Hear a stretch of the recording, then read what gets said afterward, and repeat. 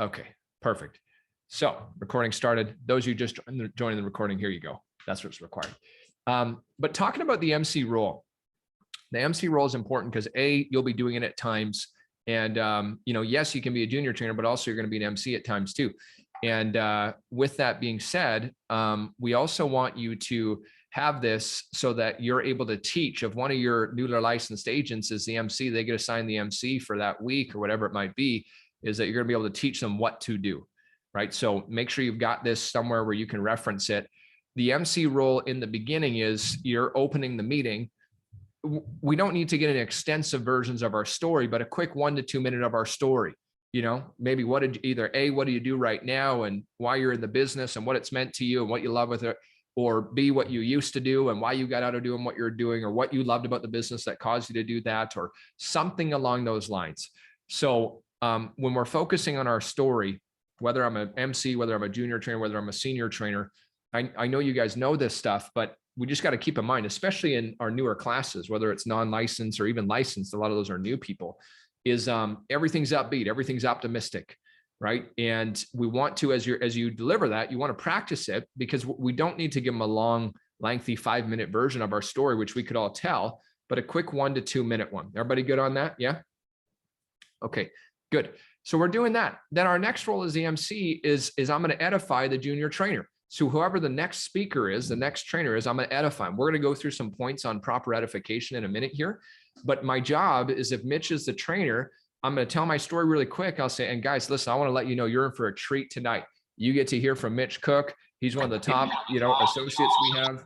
Oh, one sec here. Comes from a background in mining, and I'll show you the points we're going to talk about. And man, I got to tell you, he's just an unbelievable guy. He's focused, he's disciplined. Now, I happen to know a lot about Mitch, so it's easy for me to talk about it. I happen to know a lot about most of you guys.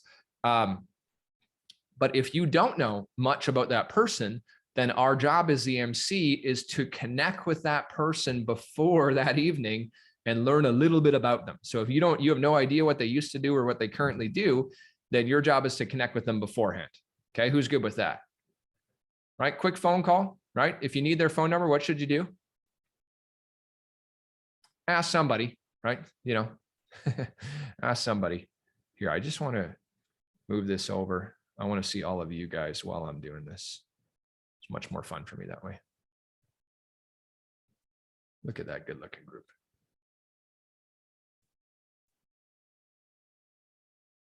Okay, good. They are all on WhatsApp. That's true.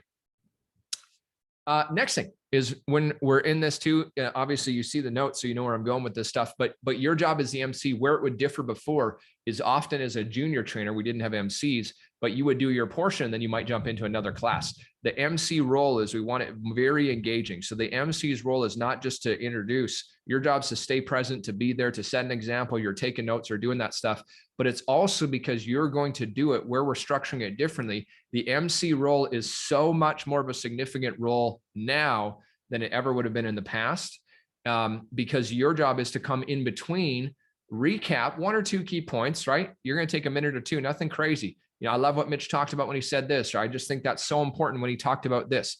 So keep in mind, as the MC, my job is not to come in and try and teach a bunch of other points over and above what he said. My job is to edify and then take 1 or 2 that they talked about. I thought that was awesome when they talked about this, right? Everybody with me on that?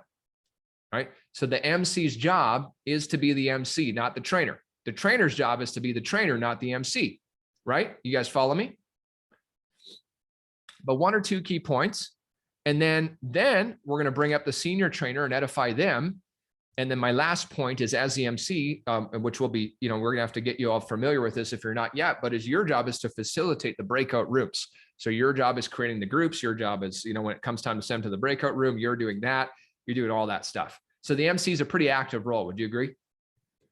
Which I'm excited about. I think it's so cool, right? I think it's so cool. I look forward to so many of you guys that haven't had, opportunities to do this stuff too much, that are going to get lots of opportunities to do it.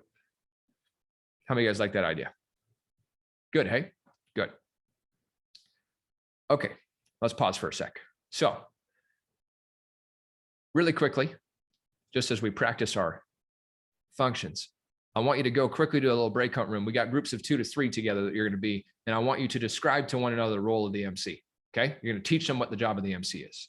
You with me? Okay. Now, by the way, if you were totally tuned out for whatever reason, and you just have, I wasn't listening to anything Ben said, it's okay. You just tell them, and then they'll teach you what I'm not worried about it. I'm not going to take offense. They'll teach you what the job of the MC is. Okay. All right.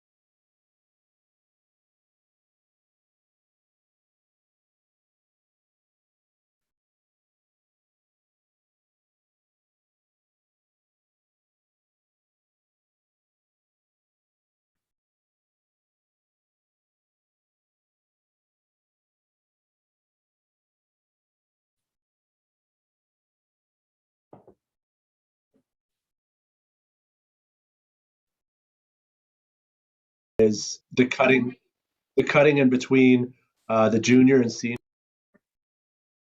Was that good? Good. Awesome. Francis was awesome. Help me recap because I kind of missed the notes in between arriving home. That's perfect. That's perfect. All right, so we're back in. So we've got any questions on the MC at all before we move on that? No. And then just to be clear too, so breakout rooms, what I'm talking about is you're kind of like on the breakout rooms. I'm going to show you in a minute how to do it, but it's the behind the scenes stuff. It's getting the breakout rooms ready. It's the recreating the rooms if we're going to put different people in different ones. It's sometimes it may be, I'll show you in a minute here, but it could be organizing it in that where you want to make sure, okay, I'm in licensed and I want to make sure there's somebody that knows what they're talking about in each of those breakout rooms. So you're reordering the people, stuff like that. So I'll show you that. Craig, go ahead.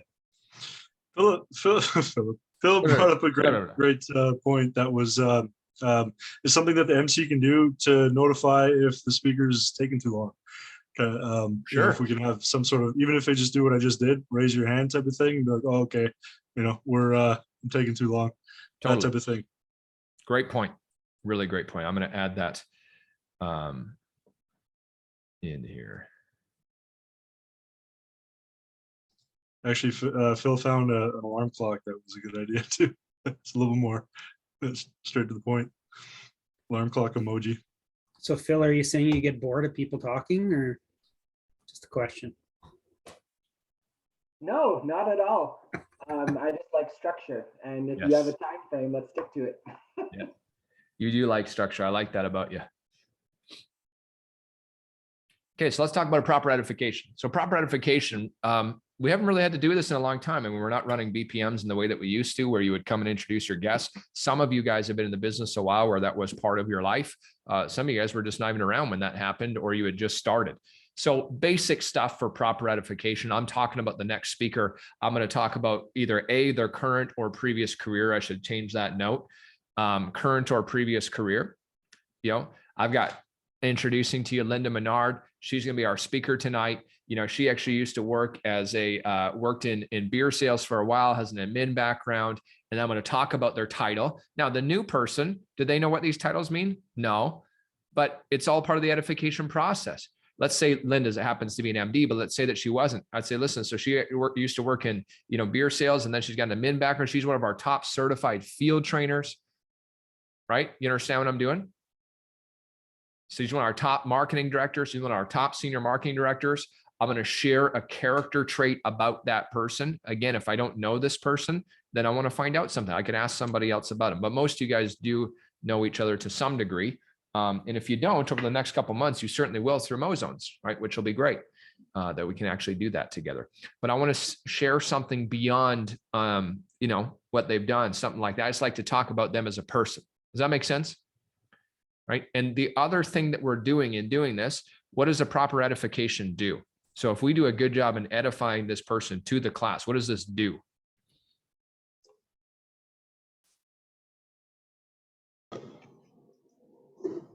It builds gives- credibility with the people that are in the class.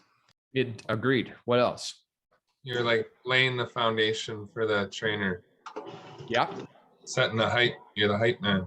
sure. What I else? think it creates curiosity of what this person's going to bring, Yeah, when you're edifying that way. yeah, yeah. And go ahead, Craig. I was going to say it's sharing your story and stuff like that. Some people can find relatability to it, and also it creates a great culture of just like really edifying each other and being positive and that type of thing. I agree with everything all of you guys said. And that last point's a great point of building each other up, right? Is a wonderful thing to do. It's a wonderful way to live, is building people up rather than tearing them down. And the other point I want to make to you too is that I promise you that there's people sitting in that class that say, hey, one day people are going to talk about me like that. One day I want people to say that about me. And so it creates lots of great stuff. It's a great thing for whoever we're edifying. It sets the stage of the class. It starts to create that idea of some of the people in the class are thinking that, right? They're saying that's going to be me one day. And they start to see themselves in something like that.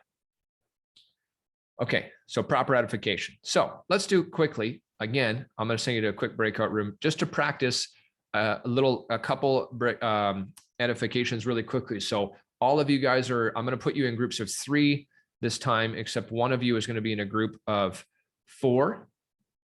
Did I do my math right? Yes, one of you guys will be in a group of 4, but I want everybody to do it at least once with somebody in the group following the criteria we just talked about. Does that sound good? Okay, cool.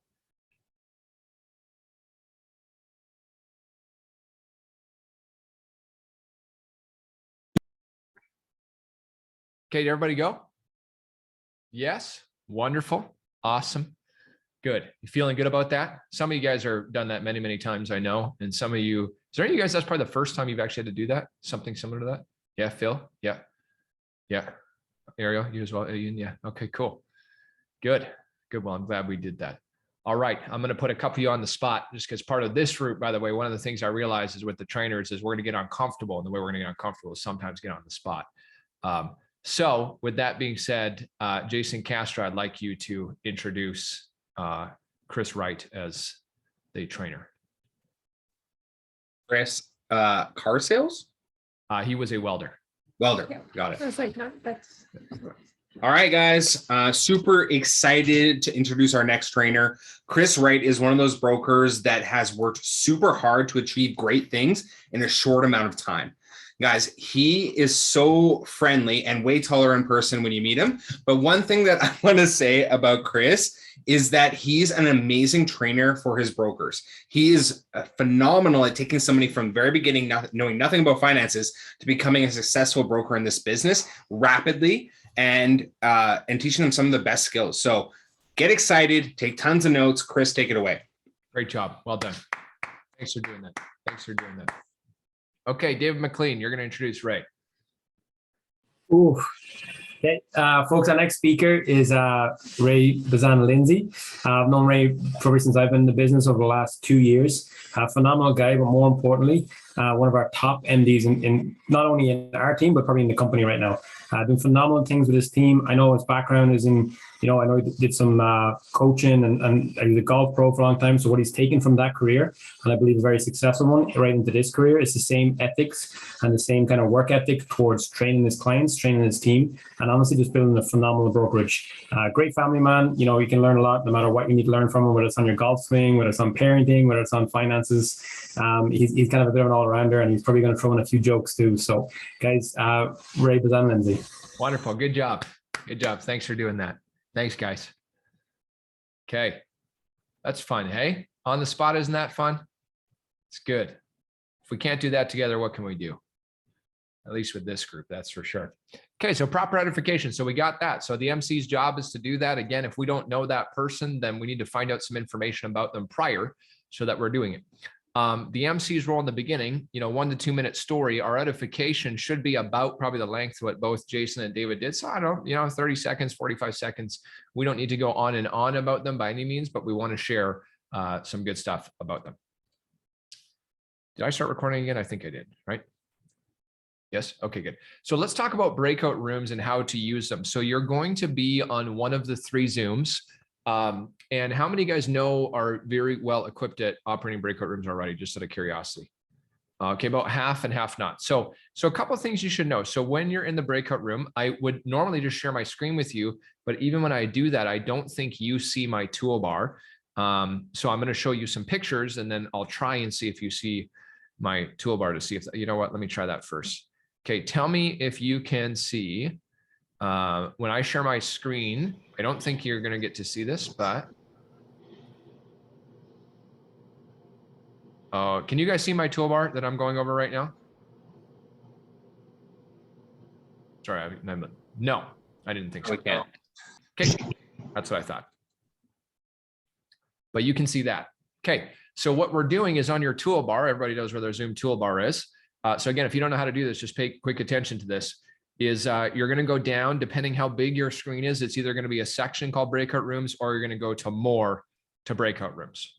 Okay, everybody with me? Okay, good. So we go to breakout rooms. Once I'm in breakout rooms, this is going to come up. It's going to say create how many breakout rooms.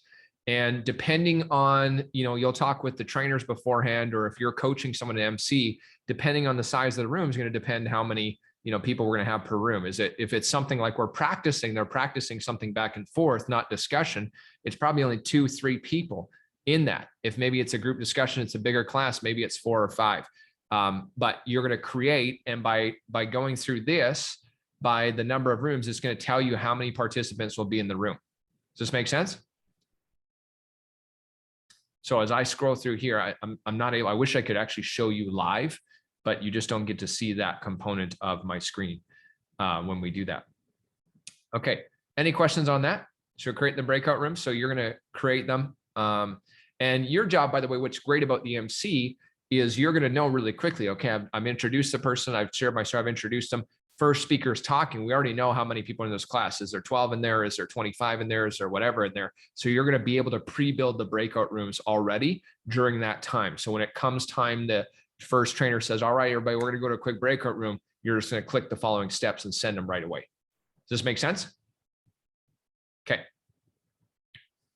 The other thing you're going to want to do, I was looking at the Zoom that I happen to be on right now is David's. And for some reason earlier, his settings were not auto saving. I think they may have now, but you always want to double check once you've created the rooms is you're going to go to options. And there's a few of these that you want to make sure are clicked off. The bottom one's super important, of where I automatically move all assigned participants into breakout rooms. So that doesn't give, if I don't do that, then that gives them, that person has to click in order to join. And I don't want them waiting around in the main room. I want them straight into the breakout room. So that button must be ticked off. The other thing I'd recommend doing is the countdown. The auto setting is 30 seconds. So make sure you change that to 10 if not. Okay, good. Questions on that at all? Okay. And I've got a quick question. Yep. Just for them options, you obviously have to be co-host to set up. You would. And as the MC, you will be co-hosted. Yeah. Okay. So for illustrative purposes, I wonder if we can do this just if somebody's not aware of this. Sorry, hands up again if you do not know how to, I know I just went through it, but prior to that, you did not know how to do a breakout room. Just so I can see. Phil, Ariel, some so-sos. If you're so-so, keep your hands up for a sec here. Okay. I'm going to co-host. Keep them up for me, Joanne there. Phil. David, you were a so-so, were you? Yes? Okay. Yeah, I've done it before, but I wouldn't say I'm probably that. Anyone else? If you're not super familiar with it, put your hand up because I'm going to show you. You're going to see right now how to do it. Okay, good. Everybody else is 100% familiar. They're 10 out of 10 know what they're doing then, yes? Okay, cool. So those of you that I just co-hosted, you'll now have the ability, if you go down to your toolbar, none of us can be able to see it, but you're going to have the ability to find your breakout rooms. So go click your breakout rooms. And you see what popped up there? Right? So what popped up, I've already have these pre-populated, but normally it wouldn't. It would normally say how many rooms. So if you go to recreate, click recreate for a sec. And then it should say how many participants per room. Is that what it says? 2 to 3 participants per room. The breakout rooms first, and then it goes assign automatically or assign manually is what I get. Okay, interesting. Doesn't say that on mine. Anyways, you do want them to assign automatically if you were to do that. And then last piece, just really quickly, click the options tab. You'll see exactly where that is too. Once you close out of that, click the options tab to just do those. Good there? Perfect. Perfect. Okay, I like it. Yes, make sure your Zoom is updated. Great point. Thank you, Craig. Okay, let's move on from the Zoom. Junior trainer. Okay, so now we're the junior trainer. What's my job as a junior trainer? I've already been introduced, so that's great. I'm going to 1 to 2. That's supposed to be 1 to 2 minute. 1 to 2 minute story is what that's supposed to be. Same idea, a little bit about me. Here's my background. Here's what I used to do, and in the business, whatever. Right? You guys know how to tell a story. And then based on the class that you're teaching, so what we're working on right now, just so you know, is some of you guys had done training at the previous one where it was everything was exactly prepared for you, exactly what to do, and exactly what you had to say, which to be honest is not that fun because it kind of removes the creativity out of what we do. So we don't want that. And at the same time too, we want everybody to be on point in that the message is the message that we want all of our people hearing. So as a junior trainer and as a senior trainer, what's going to happen is whatever class you're teaching, there's going to be a class template that you'll have access to that's going to have like a menu of topics, as an example, a menu of topics that you're going to be able to choose from. And you're going to pick, when you have 15 or 20 minutes, you're probably only going to pick 1, 2, maximum 3 of these that you'll be training on for that class. So the advantage to that is this, is that someone goes to prospecting and approaching contact, let's say as an example, and they go with Mitch and Royan, and they're the ones teaching the class as an example. But then a month and a half later, they happen to go with Jason and Ian. Well, Jason and Ian may pick very different things out of the menu of topics, but they're all going to coincide with the topic that is the topic, if that makes sense. Yes? Does that make sense? Jason, that looks like that didn't make sense what I just said. Okay, I'll re-explain. Go ahead, Phil. I'd like to ensure that multiple topics aren't being like reproduced week over week over week. Well, I mean, in a way, but the classes will never be the same class the next week anyways, right? So week over week, they won't, but we do want overlap because some things need to be repeated over and over that people need to learn. What I'm saying, Jason, is this. So you're teaching whatever class, like next week, as an example, I'm just thinking off my memory. I believe the non-licensed class is financial fundamentals and what to say. So it's financial fundamentals and making calls is what it is, right? So that is going to have like a menu. Here's a whole bunch of different things you could talk about. You're going to pick 2 or 3 of these that you're going to talk about in your section. Okay. And then senior trainers picking 3 to 5 of what they're talking about in their section, as an example. Okay. And that list of topics to choose from is greater than 7 that I just listed, right? There's a whole bunch of different things you could expand on. Okay.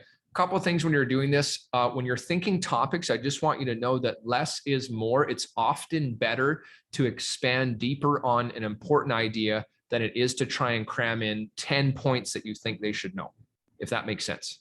Okay.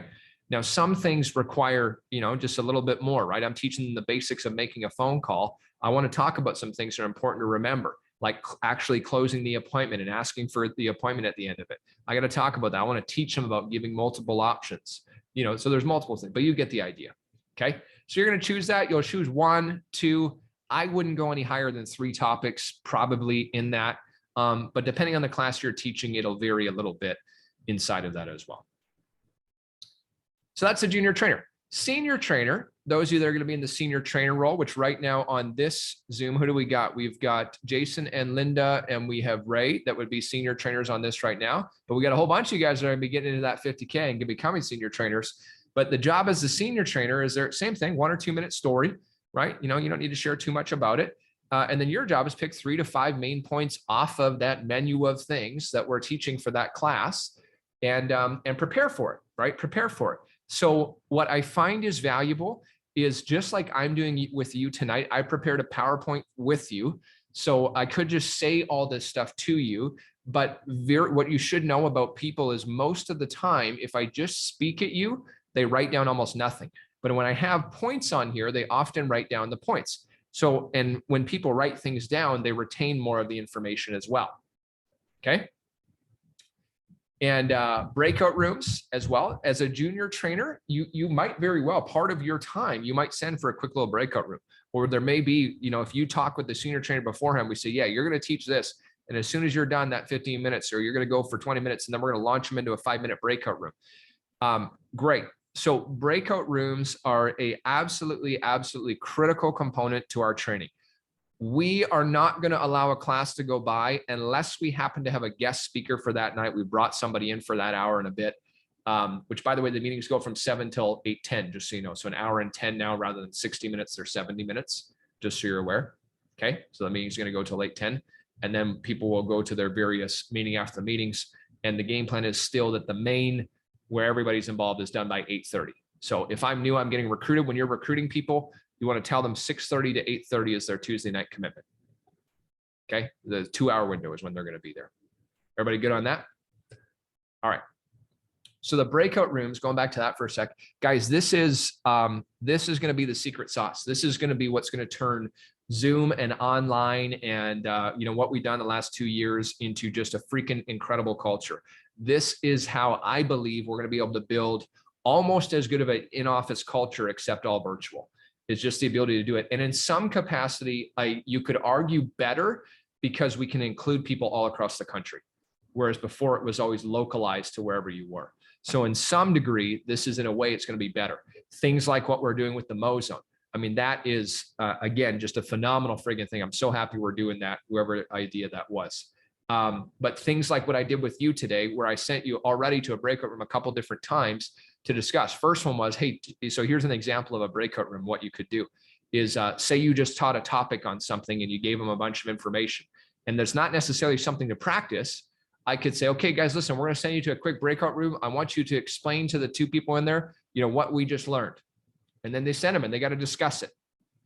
Right. And the reason why this is important is, 1, and make sure they're paying attention. Right. That's one thing. But number 2, the other thing it does, though, is that when people explain something to someone else, if they hear something, that creates a certain level of neural circuitry. But the minute you explain it to someone else, it increases the amount of neural circuitry, and your odds for remembering this go up significantly. So we want people remembering this stuff. So when they have to go and explain it to someone, that's a great thing for that purpose that I just listed. Does that make sense what I'm saying? Okay. Breakout rooms might be practice. It may be something that, you know, you're teaching a class, you're doing the info gather, and they need to go and do their 10 to 20 times and spend some good time on that. You're sending them to that and they're practicing back and forth. You teach it. Here's how we do it. Perfect. Let's head into the breakout room. Go do it. You get the point, right? But breakout rooms, I want every class at a bare minimum, there's 2 breakout rooms in that session. There might be 3, there might be 4, depending on the nature of the subject, but we will not have classes without breakout rooms. That's the deal. Okay. Now, I love to talk. Many of you guys love to talk too. I mean, I could talk for hours at times in this capacity, right? To large group. I like to do it. But if we're not including breakout rooms, then our people are not learning as much as we think they are. They're certainly not retaining. And what you've noticed, for those that have been around, is our meeting attendance has gone down a little bit, even though we're continuing to recruit people. So what that tells me is that something's not quite present in 2 things. 1, it may be how we're recruiting people in the beginning, but secondly, it can be as well too, is what's the value of the meeting? What's the structure like? How much are they loving what's happening? And if they're just listening, they're not loving. But when they're actually communicating and talking, they're starting to love it more. Make sense?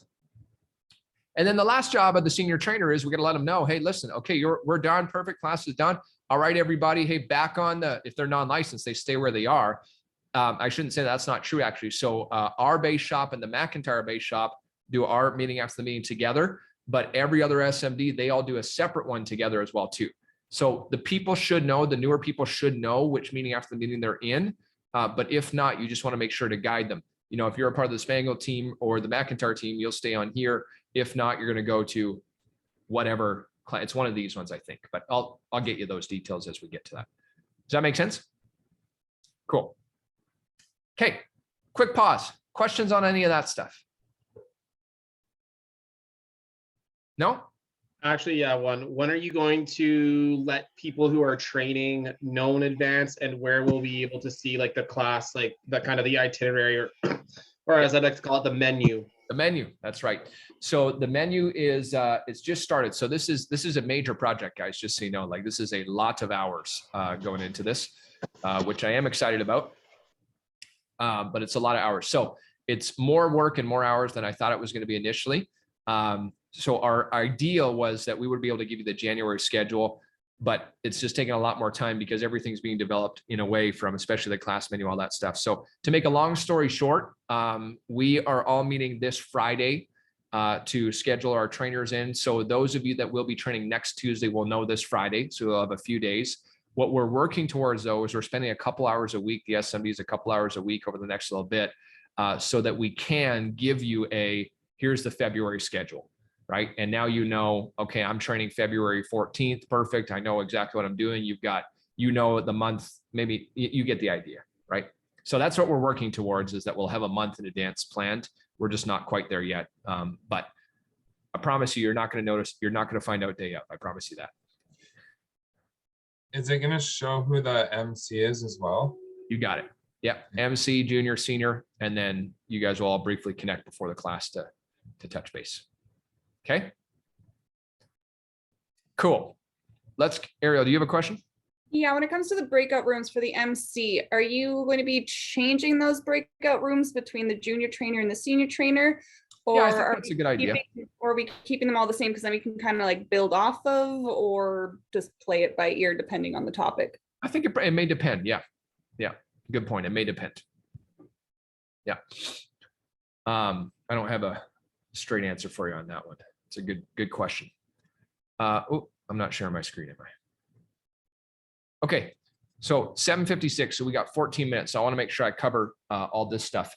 So these are things that just to remember in being a trainer, in being an MC. A lot of the stuff I want to apply is once you're starting to get in that junior trainer or senior trainer role, because you're more actively involved with the crowd. But in a way, this does.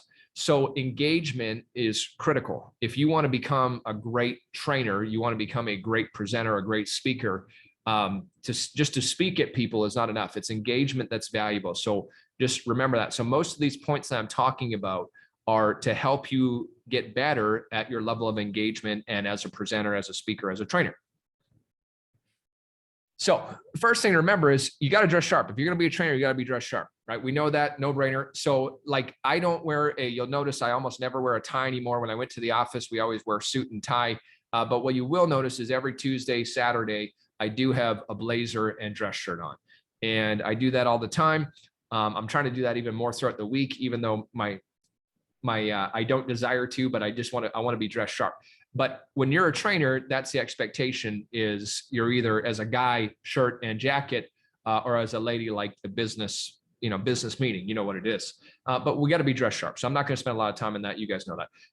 Obviously, you want to be early to the meeting so that you have time to like actually get on the Zoom prior. Now, the caveat is with that is that, of course, if we got the Mozone going and it's going to go till 7, but if you're a little nervous about it or whatever, and you're the MC, just jump on the other one and make sure you talk to them that the meeting's open, whatever. But you can get on a few minutes early and prep yourself. That's no big deal. But still be present in the Mozone at least that first 10 minutes or so with that stuff. The other thing I'd recommend too is that as we are progressing here over the next couple months, is of course we're going to be running CFT classes, and they're going to be incredibly valuable, guys. I mean, we're talking like I got plans of things we're going to do in the CFT class, which is cool. It'll be skill based. It's going to be, sometimes we might even run some like non-WFG, but more like Bob Proctor type training. Sometimes we're going to run selling through curiosity type training. I mean, we got a lot of cool things we're going to be doing in this class. And what I would do too, if you're wanting to get better at this stuff, is sometimes you might just want to go jump in the non-licensed class that day, not so because you need to learn what the non-license is, but because you see, you know what, I want to see how these guys present. I want to see what I can take what I like from them and add to my own style. So what I'm doing when I'm watching speakers, you know, I've been in the business 14 years. There's not a lot that you hear that's new information when you've done this for 14 years. But often what I'm doing is I'm listening there, I'm taking notes, I'm doing that stuff, but I'm also watching how do they speak? What's the way they deliver it? How do they engage? And I'm trying to take different pieces I like, or I like the way they said that. I'm going to, use that myself. So just, it might be a good idea to do that once in a while, is to jump into the licensed class of, I want to see how these guys teach that one. So that could be a good one as well. I think the most important point, if you're going to be an effective speaker, is your energy and enthusiasm. It's the most important point. And for some of you, this is part of what you're already good at.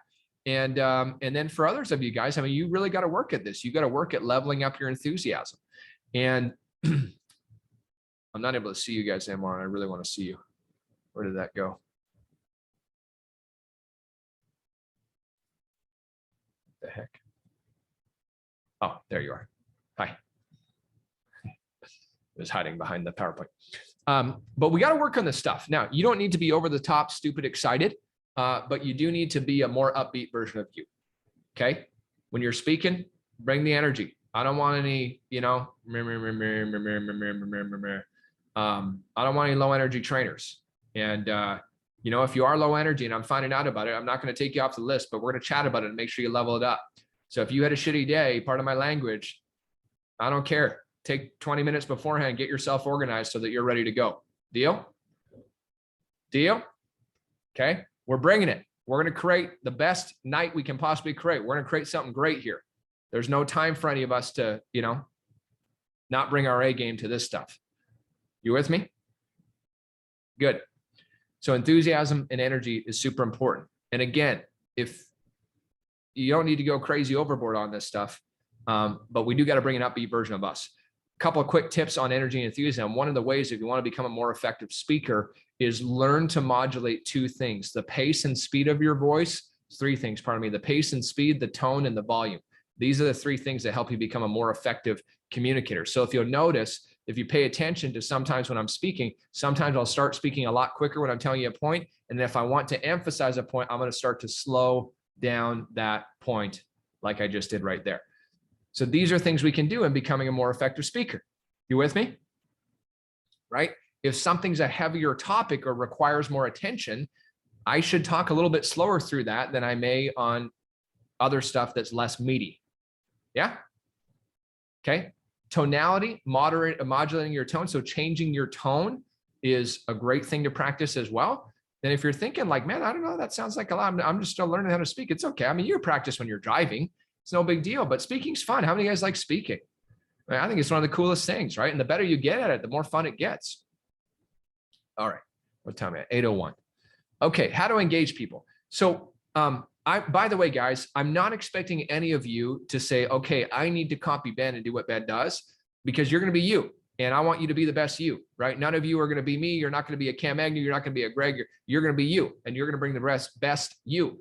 Now, what I find is that for most of us, what we do is we're a combination of people we admire and model and look up to. And so we take different ingredients from different people and turn that into our own version of ourselves. But one of the things, you don't need to use these exact things, but I just wanted to give you some tangible, what specifics are things we can do to engage people. So you notice over even tonight as I do it, any of the meetings I do it, but I'll engage people, especially on Zoom. I'll say, hey, hands up if this, boom, right? Even the start of the meeting, hey, thumbs up if you're having a good day so far. Stuff like, I want to get people engaged because I can't hear them. They're not speaking to me. So I want to get them engaged. Hands up to this. How many of you guys think this? Right? Who's with me? Are you with me? You still with me? That makes sense so far, right? And when I do that, that makes sense so far? You with me so far? Right? Because we're keeping them engaged. We can do stuff like, so if you have a smaller class, you might teach something, and maybe rather than a breakout room, you're the junior trainer, senior trainer, you might teach something, say, guys, I'm just really quickly, what do you think about that? Just come off mute. What do you think about that? Okay. Things like that. Or, hey, put in the chat, what do you think the reasons are blankety blank? Let's put that in the chat. And then we start. They put it in the chat, and then I'm gonna read a couple of those out. Yes? Good. Good. Look at that. 7 minutes to go. So engaging people takes practice. It does. So what I want you to work on when your time comes as an MC, I mean, there's less of that, right? You're probably not going to do a little bit. You might do, you're telling your story briefly, 1 or 2 minutes. Anybody relate to that? You know, that's it. But if I'm the MC, I probably got one opportunity. I'm doing that. Okay. Right. The MC's job, not steal the show. The MC's job is to edify, introduce, right? Keep things moving along. Make sure the breakout rooms are running properly. Yeah. You with me? Yeah. See what I did there? And so, but if I'm an MC, I'm probably only doing that once, if at all, right? As the trainer, I mean, I don't know what the science is behind that of how many times we're going to do it. I don't want to overuse it, but I think it is valuable that you're keeping people engaged throughout the meeting, through things like that, right? A couple of things I probably wouldn't do if I was you to engage. I wouldn't probably, especially in a non-licensed class, I wouldn't say, let's say all you guys are non-licensed and are new. I say, hey, Craig Sarson, just curious, what do you think about? I wouldn't do that. I wouldn't single anybody out in a non-licensed class, even if it's an easy question. Okay. Now I say, what do you guys think about that? And maybe this guy's like, hey, me, pick me. I'm sure I'll pick them. Right. No problem. But just don't single people out like that. Right. I'm trying to think a few other things that I meant to talk to you guys about that aren't on here. Obviously, hey, we're in the meeting. It's upbeat. It's positive. We're not talking about, you know, in a non-licensed meeting, I don't want to hear any talk about chargeback, the teammate that quit. I mean, none of this kind of stuff, or the paperwork didn't go through, or obviously, right? I mean, that's a given, right? A new person, totally optimistic, totally upbeat. Those kind of things are what's expected of that. Yeah, preparation is key in what we're doing here. And I'm excited about it. I'm excited for you guys to have more and more opportunities to do so. Yeah, it's going to be good. Right? Ben, yeah. Could you share about how you handle if someone tries to take over the call? Sometimes a non-licensed agent. Yep. You know what I'm talking about. I do. Yeah. Yeah. So generally, unless I'm doing lots, if I'm doing lots of, hey, what do you guys think about that? And I'm giving them an opportunity to question, and somebody does do that, they're trying to hijack it. And it is a non-licensed call. Let's say they're talking for way too long. I gotta say, hey, Ryan, you know what, man? Really great question. Let's say he's talking for a little bit. These are great points. Let's you and I catch up afterwards. Or tell you what, I know you're working with Jason. Give Jason a call after this. He's going to talk to you more about that. Something like that. Right? What else do we got? Can I get 2 claps? Yeah, a little Ric Flair move. I like it.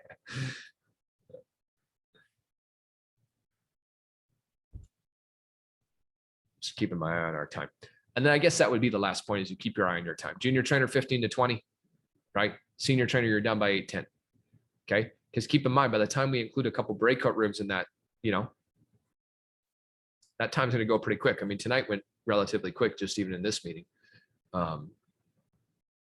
Yeah. Good. Comments, questions? Anything you want to chat about?